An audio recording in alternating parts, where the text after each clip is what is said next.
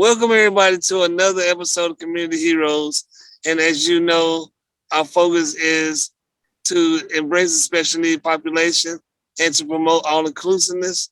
And today, I'm super excited because I read about this individual who was a professional NASCAR driver, but also was an autism advocate and has autism themselves also. So I reached out and I luckily got a bite. So without further ado, I want to introduce today's guest, Armani Williams. How you doing, Armani?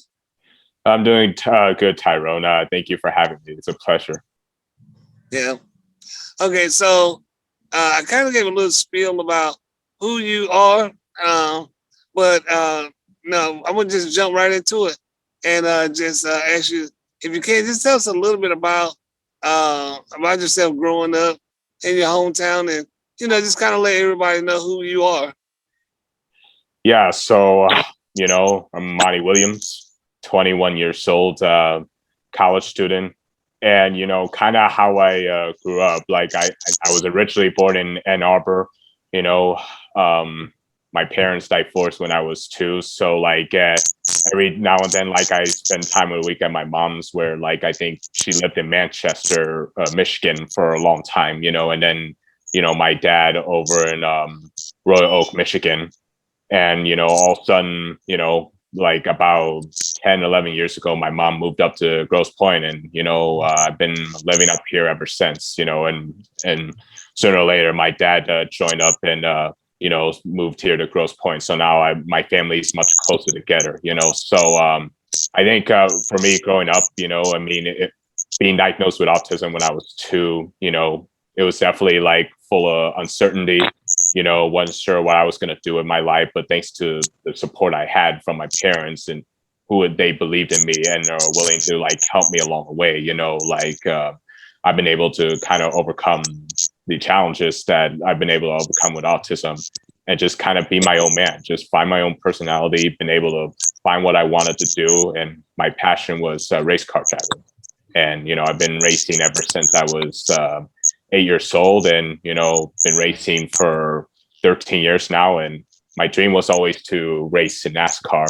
But most importantly, like ultimately, I want to eventually get to the top of the NASCAR level in the NASCAR Cup Series, which is something I'm continuing to work towards. But it's been a incredible journey, and it's just been awesome that I've been able to do what I do. But while also doing that to kind of help promote people in the autism community, help spread a positive message to them that, no matter if you have autism or not, there's still a light at the end of the tunnel. You just need to believe, you have to stay encouraged and, just be able to find a great path forward, find what you want to do and just work towards it.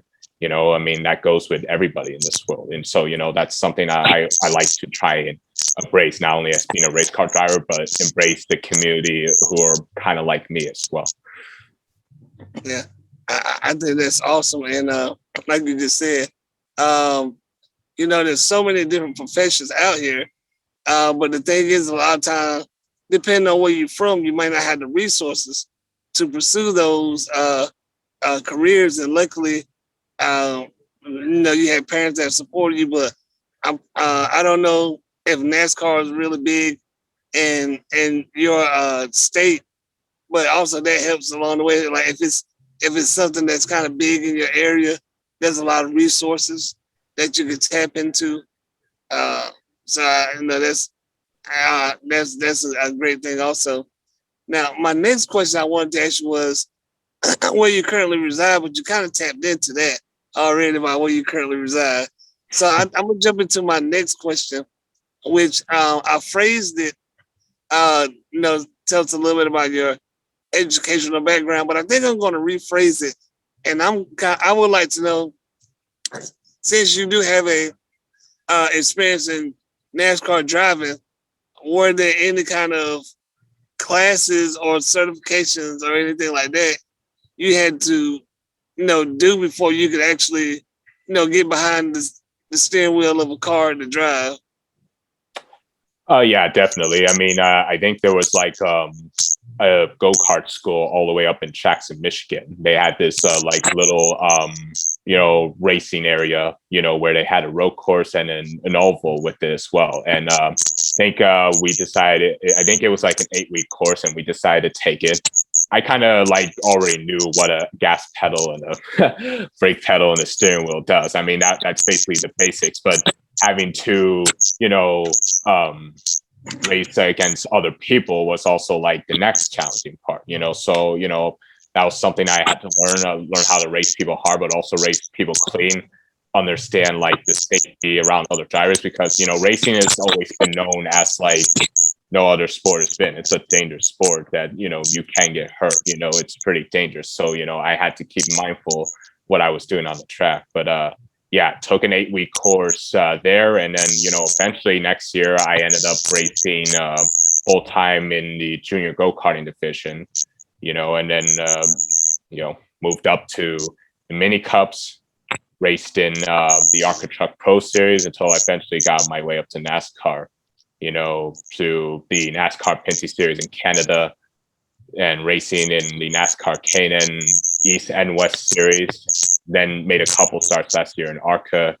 Right now I got a Camping World Truck Series license, so now I'm in like the top 3 levels of NASCAR. And still working towards trying to get a few races in this year. But yeah, that's kind of where it all started, all the way in Jackson, Michigan. Yeah. Oh man, yeah.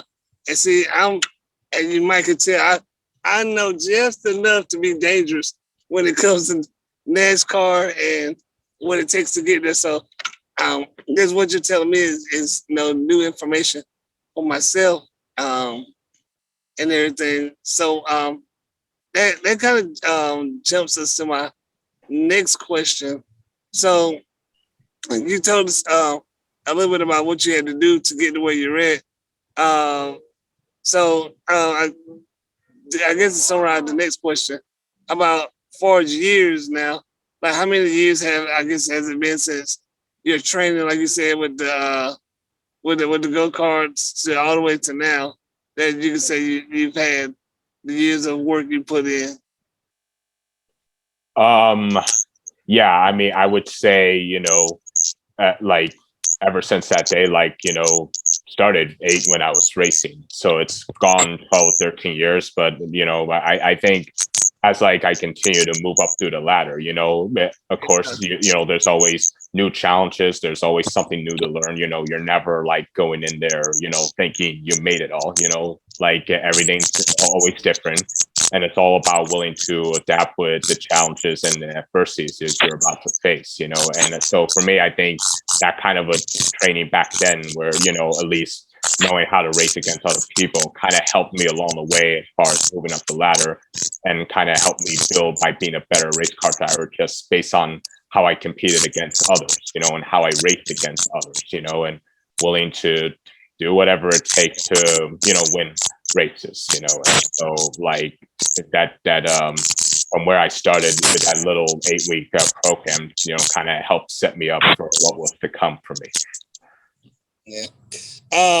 So as I was reading and I was just finding out more about you and who you are rather, one line of information, jumped out at me, and it read that you are one of 3 African American males that are, I think, considered professional NASCAR drivers right now. So I think the way I worded my question was just finding that kind of information out.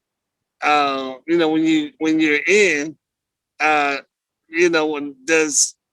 does that put like any pressure on you, or what does it make you feel any kind of way different? For I guess pressure wise. I mean, I think I was just really fortunate that NASCAR not only gave me a chance to move up to NASCAR and try to showcase my talent, but like even the other 2 African Americans as well. Like one of them being Jesse Awuchi, who happened to be former Marine, and wanted to go NASCAR driving, and NASCAR gave him a chance.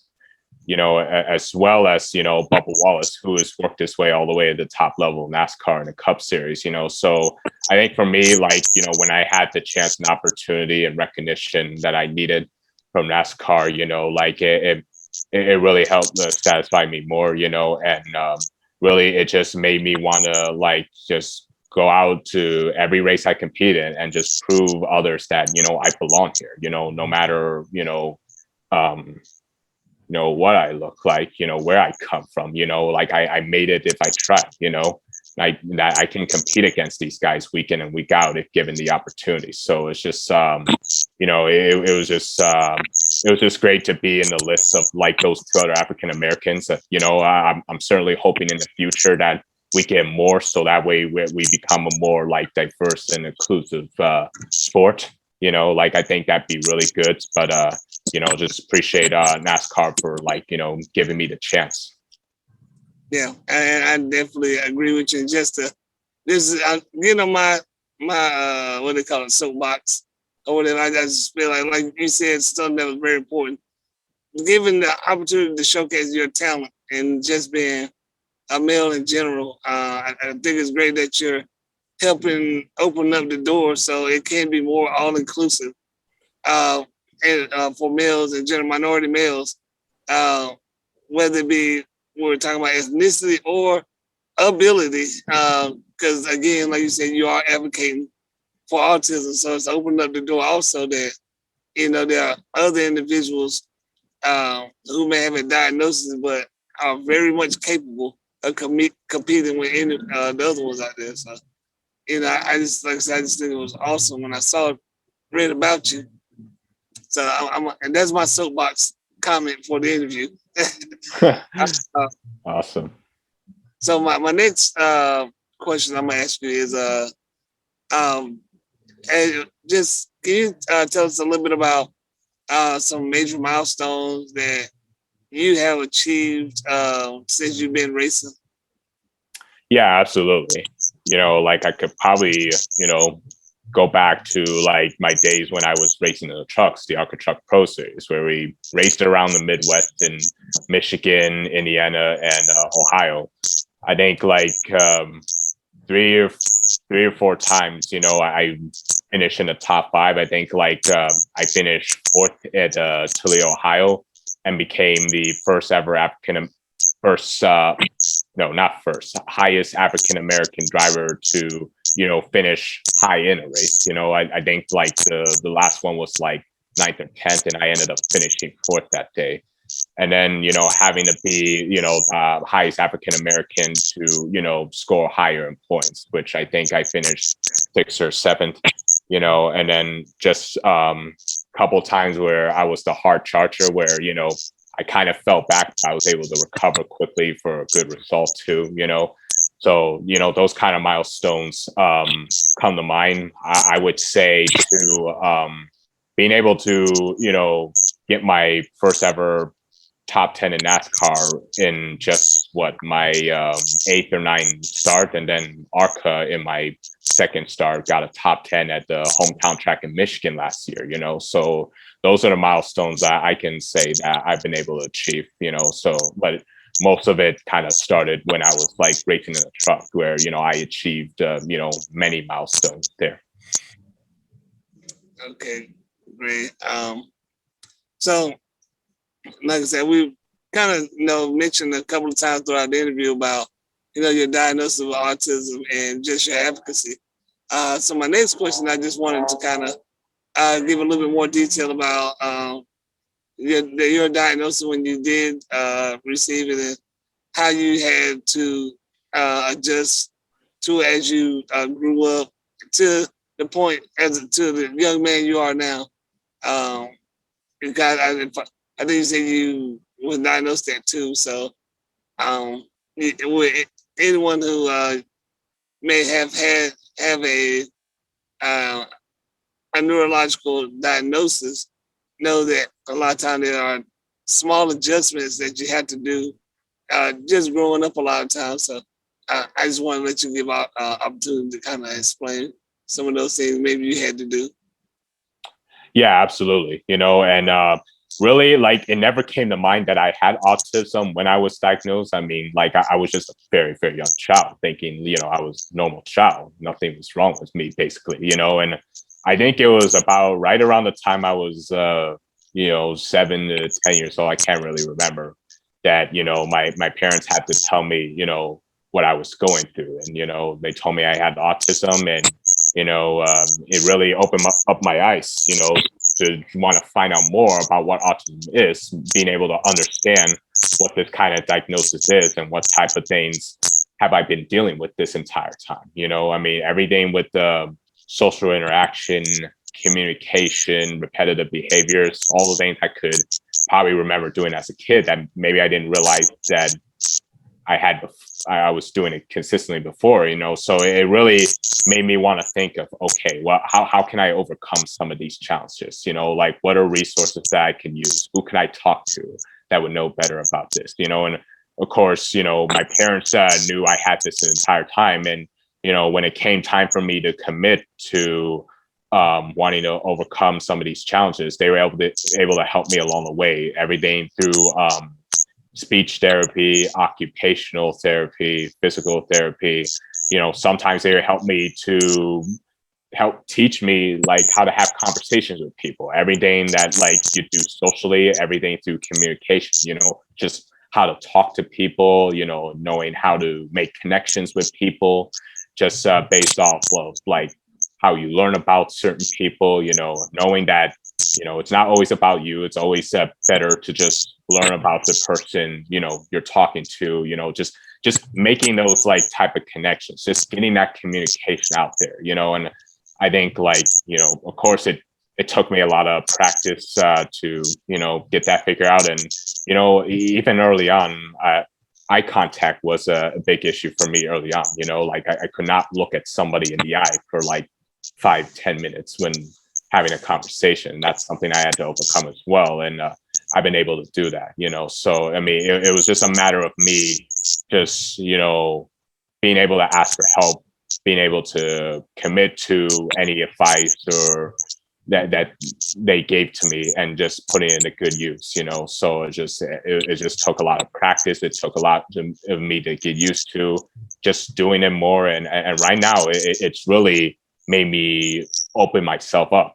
I'm no longer like this, shy guy kid that just wanted to, like maybe not do anything or just was just uncomfortable. And now I've really opened myself up. I've been able to at least find my personality, the type of person I want to be, and just sort of kind of share it to everyone. And, like just being able to, find people who, like the way I am, I mean, like I've always said before, like, you can always find friends, but like at the end of the day, you may not end up with 100 friends, but you don't really need 100 friends. You just need that one good friend that is willing to, like you the way you are, believe in who you are, and just being able to make that connection and make that relationship as best you possibly can, and that's a lot of things I had to learn. Yeah, well, definitely before I jump to my next question, I'm just going to say, you said a couple of things that I just wanted to put my opinion in. One thing that I love that you mentioned that, by you finding out that you had your diagnosis and that, you had to adjust, because you couldn't maybe evolve like everyone else, but it made you want to learn more about yourself. A lot of times, in my experience, individuals find out that they may have some things a little bit different than someone else, and they tend to run away from it. They tend to avoid it. And you said the exact opposite. It made you more intrigued. You wanted to learn more and educate yourself. And I think that's what we all should want to do. Educate ourselves so we can understand and be able to explain or tell someone else. And then the last part I'm going to say before I jump to our question is, I know you said you used to be reserved, but now you find yourself more open and approachable. And I think that's so awesome because from what I see and from what I believe, you are becoming a hero to so many people by being bold and saying, this is what I have, this is what I want to do, and I'm going to put my life on display so everyone can see it. And it takes guts, it takes courage, it takes a superhero to do that, you know. So I just want to commend you on just doing that. So I want to say if I jump to my next question. So my next question is, I think we talked about your diagnosis with autism, and if you want to, you kind of touched on this a little bit, but if you want to, you can talk a little bit more. My next part was just talking about how you're using with NASCAR to be an advocate for autism. I think one of your sponsors is a Centura. Centria. Yeah. Yeah, so I mean, we've done a lot of things, like, you know, to kind of use racing as a platform to promote autism awareness, inclusion with autism. You know, like in the past, like every race that I would compete in, you know, we try to contact a local autism association group or a community, you know, and we like give them free tickets so they can spend a whole day at the track just to kind of experience something that, like, you know, what just what racing is like, and just have a little fun with it that, you know, maybe they would have not enjoyed before, you know. I mean, and quite frankly, you know, like I've been going like around Michigan and sometimes around the country, you know, with organizations that wanted me to just kind of help speak to the autism community, just sort of like kind of have me share my experience with autism and what I've been able to overcome, and just carry that positive message of hope, you know, and understanding that, you know, even when you have autism, that is not always the end of the world. Everybody has their differences. Nobody's perfect, you know. It's only a matter of like how you approach like your differences. Like, how are you going to be able to overcome the adversities and challenges that you have ahead, you know, which is something I have to deal with. And just, you know, to kind of help spread that word of hope and inspiration to, you know, not only individuals with autism, but even, you know, like there's kids too, you know, with parents that are like trying to look for some advice, some message, you know, and I do the best to kind of help spread that word that, hey, you know, like I've always told them this, you know, if your kid has a dream of something that they want to do in life, go for it. You know, as long as you put in the hard work, you believe in yourself, and you stay encouraged, many things will be possible.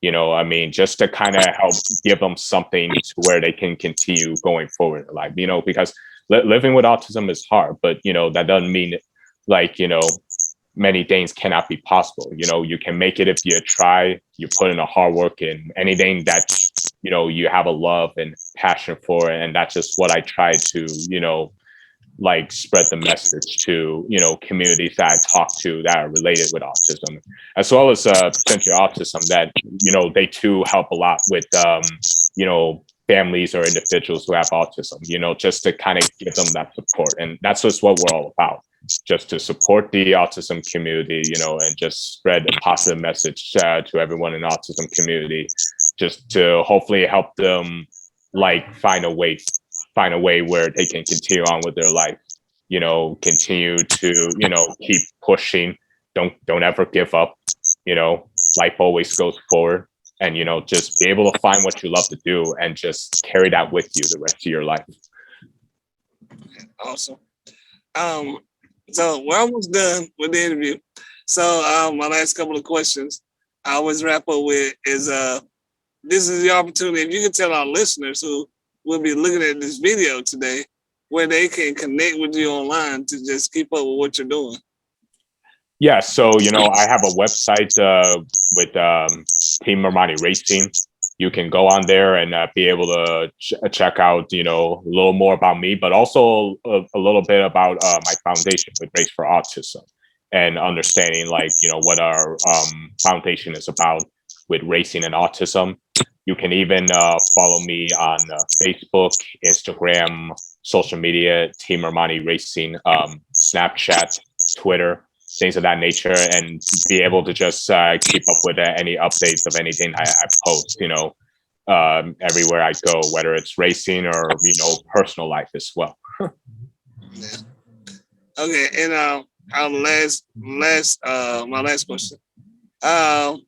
Just I think you mentioned it, but besides your website, is there any other way our listeners can support your advocacy efforts?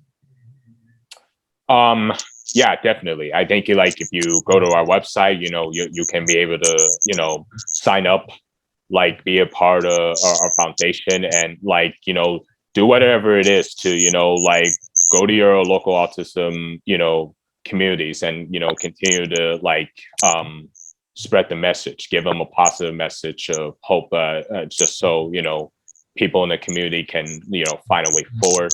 I mean, at the end of the day, we're looking to inspire and lift people up, to those who may feel uncertainty with autism, that they don't know where they want to go or what they want to do. Just kind of help those community out, help them lift up their feet, and just help those communities out. Be able to help with them as well. Yeah. Okay, well, Armani, man, this was a great interview. Thank you so much for taking your time out to interview me. I know you're probably super busy. Again, I'm just happy that I got a chance to interview you. I would love to bring you back maybe sometime later on in the year, just to touch bases with you and see how things are going and everything. Please, everybody, follow him. He's a great guy. And remember, when you see this, like, comment, subscribe, and we'll be talking to y'all soon.